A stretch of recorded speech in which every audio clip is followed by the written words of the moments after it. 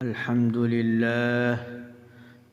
لله وكفى وسلام على عباده الذين اصطفى أما بعد فأعوذ بالله من الشيطان الرجيم بسم الله الرحمن الرحيم وقال الرسول يا رب إن قوم اتخذوا هذا القرآن مهجورا صدق الله المولانا العلي العظيم وصدق رسوله النبي الكريم ونحن على ذلك من الشاهدين والشاكرين والحمد لله رب العالمين محترم حضرات، اللہ تبارک و تعالی نے قرآن کریم میں بیان فرمایا وَلِلَّهِ الْعِزَّةُ وَلِرَسُولِهِ وَلِلْمُؤْمِنِينَ وَلَكِنَّ الْمُنَافِقِينَ لَا يَعْلَمُونَ۔ میرا اللہ فرماتا ہے إِنَّ الْأَرْضَ يَرِثُهَا عِبَادِيَ الصَّالِحُونَ، میں اپنی زمین کی وراثت کا مالک اپنے نیک بندوں کو بناؤں گا۔ میں اپنی زمین کی بادشاہت اپنے نیک بندوں کو دوں گا۔ میں زمین کی حکومتیں اپنے مسلمانوں بندوں کو دوں گا۔ میں زمین کی کامیابی ایمان والوں کو دوں گا۔ اللہ تعالیٰ فرماتا ہے وَلَا تَهِنُوا وَلَا تَحْزَنُوا وَأَنْتُمُ الْأَعْلَوْنَ إِن كُنتُم مُؤْمِنِينَ۔ یہ زمین کی بادشاہت، یہ زمین کی کامیابی، یہ زمین کی حکمرانی ایمان والوں کے مقدر میں ہے، ایمان والوں کے حصے میں ہے، کامیابی ایمان والوں کے قدموں میں ہے۔ اللہ تعالیٰ قرآن کریم میں ہماری کامیابی کا اعلان کرتا ہے، لیکن اس کے باوجود اگر ہم پوری دنیا میں نظر دوڑائے، پوری دنیا کا جائزہ لے تو یہ بات اظہر من الشمس ہوتی ہے کہ اگر دنیا میں کوئی قوم پریشان ہے تو اس کو مسلمان کہا جاتا ہے۔ اگر اس دنیا کے اندر کوئی قوم مغلوبیت کی زندگی گزار رہی ہے تو اس قوم کو مسلمان کہا جاتا ہے۔ اگر کوئی قوم پریشانی میں مبتلا ہے تو اس کو مسلمان کہا جاتا ہے، چاہے وہ اس ملک میں ہو یا باہر ممالک میں ہو۔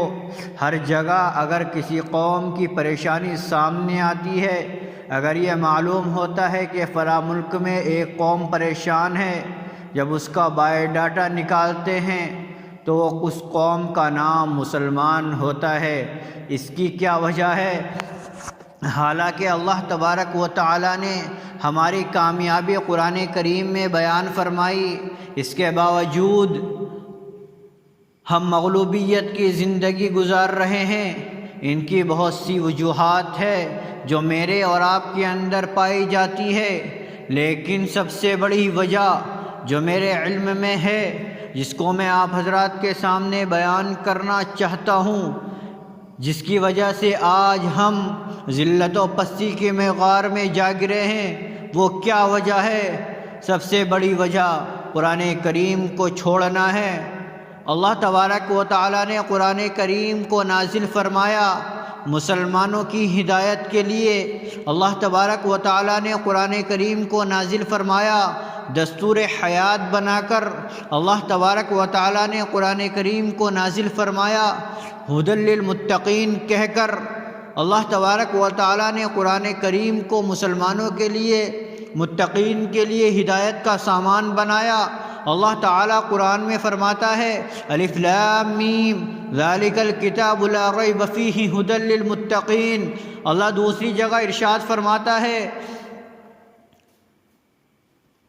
کہ میرے نیک بندو، اگر تم قرآن کریم پر عمل کرو گے، اگر قرآن کریم کو مضبوطی سے پکڑے رہو گے، اگر قرآن کریم کی آیتوں پر عمل کرو گے تو میں تمہیں کامیابی عطا کروں گا، میں تمہیں حکمرانی عطا کروں گا۔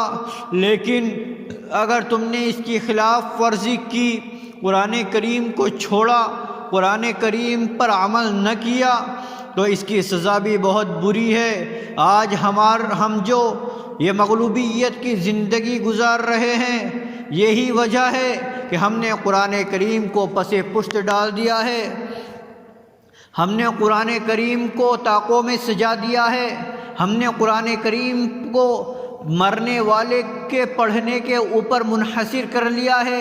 اگر کسی شخص کا انتقال ہوتا ہے تو اگلے دن فاتحہ میں قرآن کریم پڑھا جاتا ہے۔ اگر کوئی نیا گھر بناتا ہے تو بچوں کو بلا کر قرآن خوانی کرا دیتا ہے۔ اگر کوئی دکان کھولتا ہے تو بچوں کو بلا کر قرآن خوانی کرا دیتا ہے۔ بس ہم نے قرآن کریم کو انہی چیزوں کے لیے منحصر کر لیا۔ کیا قرآن کریم کا حق اسی سے ادا ہوگا کہ ہم اپنے گھر پہ بلا کر بچوں کو قرآن خوانی کرا دے؟ نہیں میرے بھائیوں، قرآن اس لیے نازل نہیں کیا گیا کہ قرآن صرف قرآن خوانی کرا کر اس کو طاقوں میں سجا دیا جائے، بلکہ قرآن کریم تو دستور حیات بنا کر نازل کیا گیا ہے۔ اللہ تعالیٰ فرماتا ہے وَاعْتَصِمُوا بِحَبْلِ اللَّهِ جَمِيعًا وَلَا تَفَرَّقُوا، تم اللہ کی رسی کو مضبوطی سے تھام لو، متفرق نہ ہو۔ آج مسلمان متفرق ہوا ہے، آج مسلمانوں کے اندر اختلاف پڑا ہوا ہے، ایک دوسرے کی بات ماننے کے لیے تیار نہیں ہے، ایک دوسرے کو اچھا دیکھنے کے لیے تیار نہیں ہے، سب کو اپنی پڑی ہوئی ہے، ہر آدمی اکڑ میں ہے کہ مجھ سے بڑا آدمی کوئی نہیں ہے۔ میرے بھائیوں، اللہ تبارک و تعالیٰ نے انسان کو ایک نطفے سے پیدا کیا ہے۔ اگر انسان اپنی تخلیق پر غور کرے تو اسے اکڑ کے کیا، اس کے دل میں یہ ہونا چاہیے کہ مجھے ناپاک قطرے سے پیدا کیا گیا ہے، میری حقیقت کیا ہے؟ آج میں انسان ہوں، کل مجھے موت آئے گی، مجھے مٹی میں جانا ہے، مجھے اللہ کے سامنے کھڑے ہو کر جواب دینا ہے، مجھے اللہ کے سامنے جانا ہے، حضور علیہ السلام کے سامنے جانا ہے۔ اگر میرے بھائیوں حضور علیہ السلام نے ہم سے سوال کر لیا کہ میں تمہیں قرآن دے کر آیا تھا، میں نے تمہیں اپنا دستور حیات دیا تھا، تم نے اس پر کیا عمل کیا، میری سنتوں کو کتنا اپنایا، میں اللہ تبارک و تعالیٰ کے بتائے ہوئے احکامات پر کیا عمل کیا، تو ہم کس منہ سے جواب دیں گے؟ میرے بھائیو، ہمارے پاس کوئی جواب نہیں ہوگا۔ اسی لیے میں آپ حضرات سے کہتا ہوں کہ قرآن کریم کو مضبوطی سے پکڑو، قرآن کریم کو دستور حیات بناؤ، زندگی کے ہر گوشے میں قرآن کریم پر عمل کرو۔ میرے بھائیوں، قرآن کریم میں اللہ تبارک و تعالیٰ نے زندگی گزارنے کا اچھا سلیقہ بتایا ہے۔ قرآن کریم ہی ہمیں بتاتا ہے کہ پڑوسیوں کا حق کیا ہے، قرآن کریم ہی ہمیں بتاتا ہے کہ ہمارے ماں باپ کا حق کیا ہے، ہمارے اوپر کیا ذمہ داری ہے۔ میرے بھائیوں، آج کا مسلمان قرآن کریم سے بہت دور ہے، نہ اپنے بچوں کو قرآن پڑھاتا ہے، نہ خود قرآن پڑھتا ہے۔